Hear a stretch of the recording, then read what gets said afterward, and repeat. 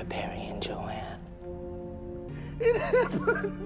Angry at your wife, angry at yourself. And she didn't listen, and she should have listened. Halo, Baku Dapa alias jumpa lagi dengan Kakak Film.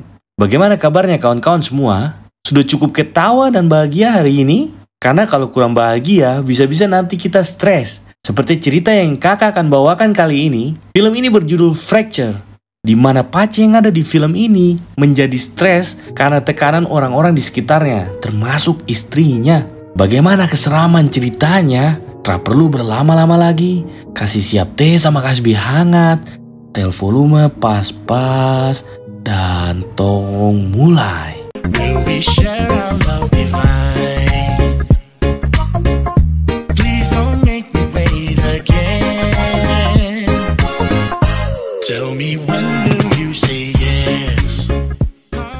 Di sebuah perjalanan panjang yang dilalui keluarga kecil, Ray Monroe, sang kepala keluarga, Joan istrinya, dan Perry adalah putri kecilnya. Setelah pulang dari rumah mertuanya, Ray berdebat dengan istrinya, Jo.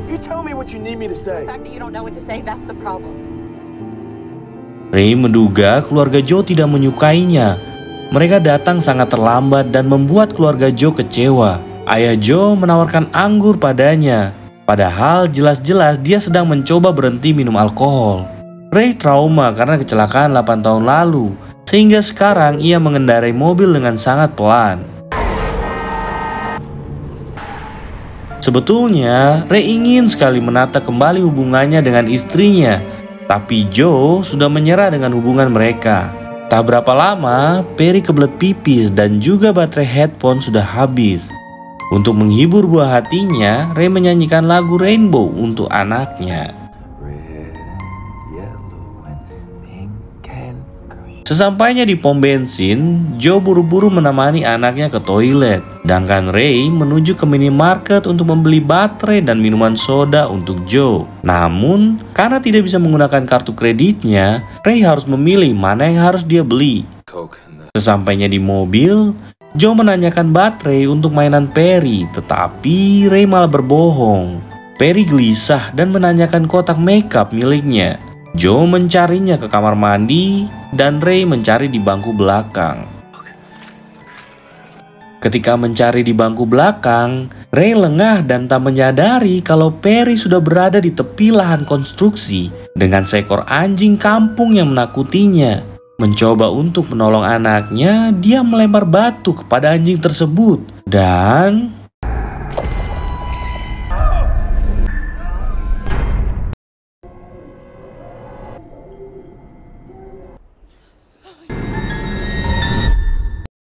setelah sadarkan diri, Joe berusaha menolong Perry. Mereka langsung membawa Perry ke rumah sakit terdekat.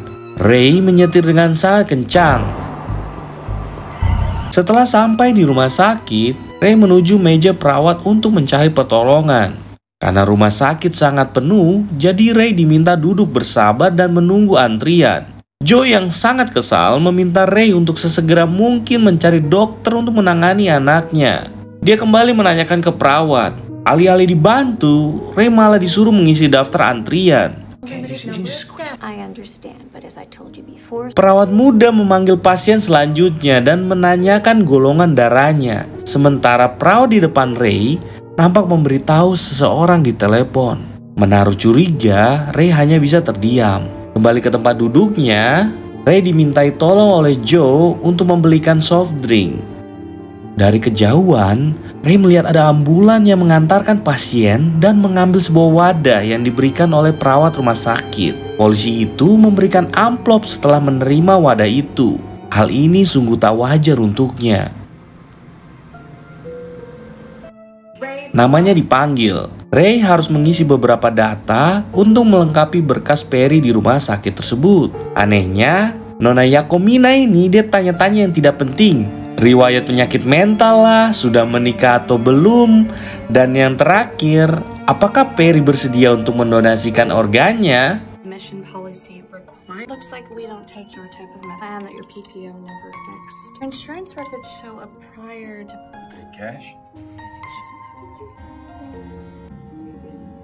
Setelah itu, Perry pun dijemput oleh perawat untuk diobati. Sebelum beranjak, Ray sempat mendengar wanita yang meminta identitas Perry menelpon seseorang dan menjelaskan ciri-ciri Perry. Dia pun semakin curiga.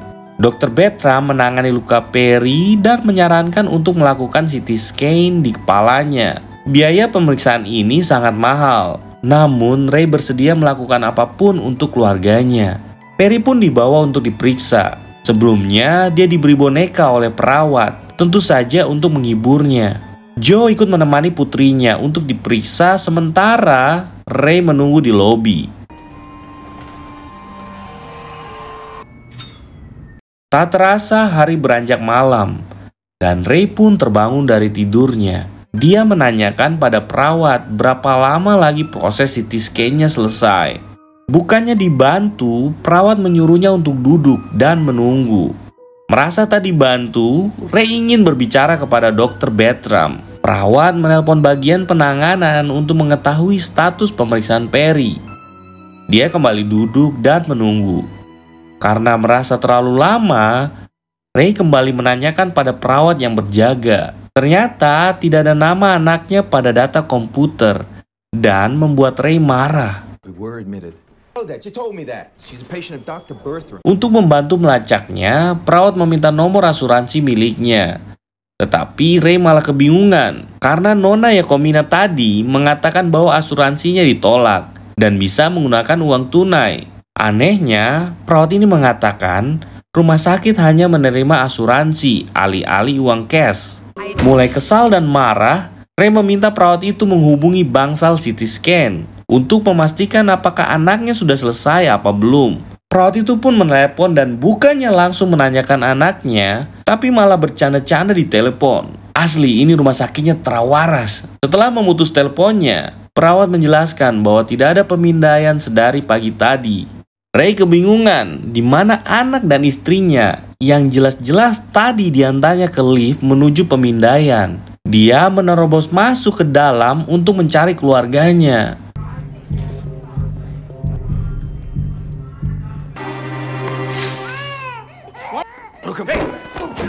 Kemudian Ray pun ditangkap dan ditanyai dokter yang bertugas bernama Lucado beserta satpam. Lucado membantu mencari nama Perry tapi tidak berhasil mendapatkannya.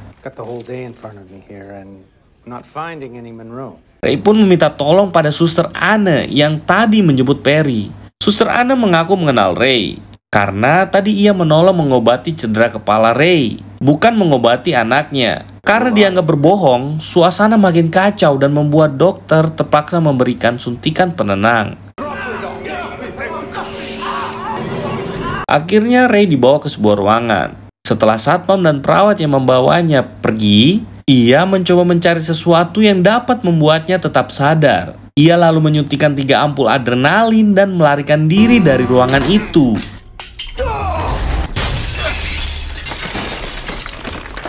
Kemudian Ray sempat melihat perawat yang tadi membawa Perry. Namun sekarang perawat itu sudah memakai jas dokter. Ray pun terlihat oleh satpam dan kembali melarikan diri. Ia akhirnya berhasil lolos. Ray yang hampir putus asa melihat ada sebuah mobil polisi. Ia pun menghentikan mobil itu dan meminta bantuan. Mendengar penjelasan Ray, 2 polisi ini pun mau membantunya. Melihat Ray datang bersama polisi, perawat di meja tamu menjadi gelisah dan menelpon satpam. Si satpam pun berusaha untuk menahan Ray, tapi karena sudah dibantu polisi, Ray akhirnya berhasil diantar untuk mengecek lagi ke IGD. Di IGD, Lucado masih saja bersikeras tidak ada pasien bernama Perry, sehingga Ray pun meminta mereka untuk mendatangkan Dr. Bertram. Lalu, polisi meminta mereka menunjukkan lokasi pemindaian, yang ternyata di lantai 3, berbeda dengan yang dilihat Ray di awal. Di lab pemindaian tidak ada data anaknya pernah di-scan di sini. Ya jelas lah ya, karena tadi dibawa ke lantai bawah, bukan ke atas. Tak lama kemudian, Dr. Bertram tiba di rumah sakit. Di luar dugaan, ia menjelaskan kalau Ray datang sendirian dalam keadaan bingung dan habis kecelakaan mobil. Dokter ini menyarankan agar Ray melakukan pemindaian otak. Namun Ray menolaknya dan memilih pergi ke lobi untuk menunggu istrinya bernama Abby. Ray semakin frustasi karena menganggap rumah sakit ini mempermainkannya.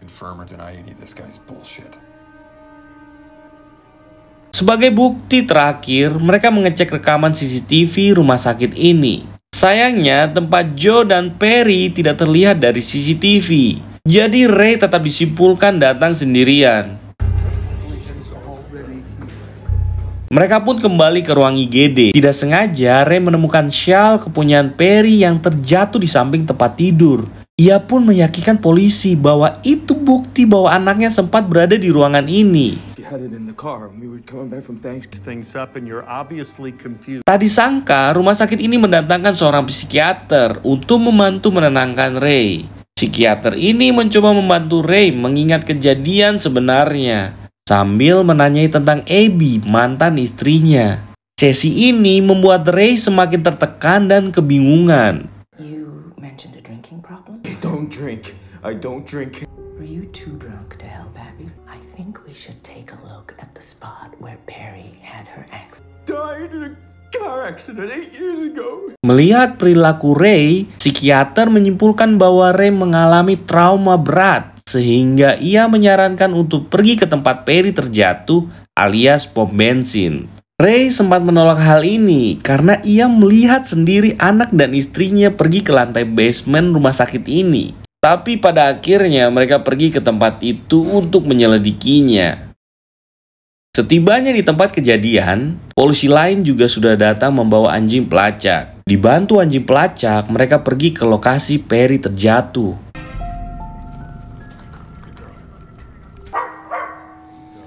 Tiba-tiba anjing polisi ini menyalak seolah memberitahukan sesuatu. Polisi pun pelan-pelan menyikap salju yang menutupi lantai tempat Perry terjatuh. Dan ternyata ada bekas genangan darah yang sangat banyak. Sekarang polisi jadi mulai mencurigai Ray. Ia merasa semakin terpojokkan dan menganggap semua orang ini berkomplotan. Sang psikiater mensugesti Ray bahwa ia hanya mengarang cerita tentang John dan Perry. Menurutnya, pikiran Ray membuat kenyataan palsu agar terhindar dari trauma. Dan Ray lah yang membunuh sendiri anak dan istrinya. Can sometimes create self from trauma. You were upset at your daughter, picked up a rock, and at your hands. Hal ini membuat Ray diborgol dan diamankan polisi. Anjing polisi ini kembali menyalak dan menggonggongi anjing kampung yang ada di situ. Tiba-tiba, Ray menjadi yakin kalau kejadian tadi pagi bukan hayalannya. Ia menjadi tak terkendali, menyandra psikiater dan menyekap semua orang itu di dalam pom bensin. Ia pun buru-buru kembali ke rumah sakit. Ray menyelinap masuk ke rumah sakit dan segera pergi ke lift tempat ia melihat anak dan istrinya terakhir kali.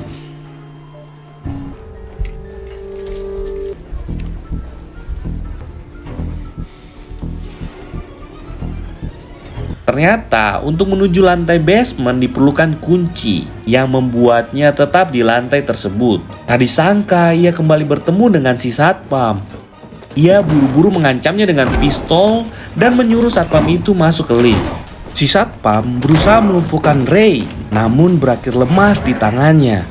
Akhirnya Ray bisa pergi ke basement dengan menggunakan kunci dari si satpam tadi. Di basement ia menemukan banyak sekali keanehan. Ada pasien yang dibedah dan diambil semua organ dalamnya.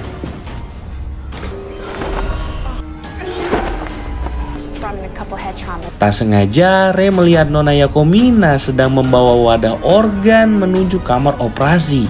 Ia pun mengikutinya dan menemukan Perry sedang berada di meja operasi. Ray mengancam semua orang di situ dengan menodongkan senjatanya. Ia buru-buru membawa anak dan istrinya pergi. Namun salah satu perawat menangkapnya, sehingga secara tidak sengaja Ray menembakkan tabung gas dan meledak. Ketika semua orang itu sudah tidak berdaya, Ray cepat-cepat pergi dari tempat itu. Akhirnya ia berhasil membawa anak dan istrinya sampai ke mobil. Mereka pun segera meninggalkan rumah sakit ini. Di akhir film, kita ditunjukkan Ray sudah mengemudi kembali. Namun, yang aneh adalah orang yang ia bawa ternyata bukanlah anak dan istrinya, melainkan orang lain. Dan wadah organ itu ternyata hanya peralatan medis belaka. Sementara Perry dan Joe ternyata sudah meninggal sewaktu mereka berhenti di pom bensin. Perry terjatuh dan mengalami pendarahan hebat. Joe yang sangat marah padanya malah dipukul oleh Ray sampai terjatuh.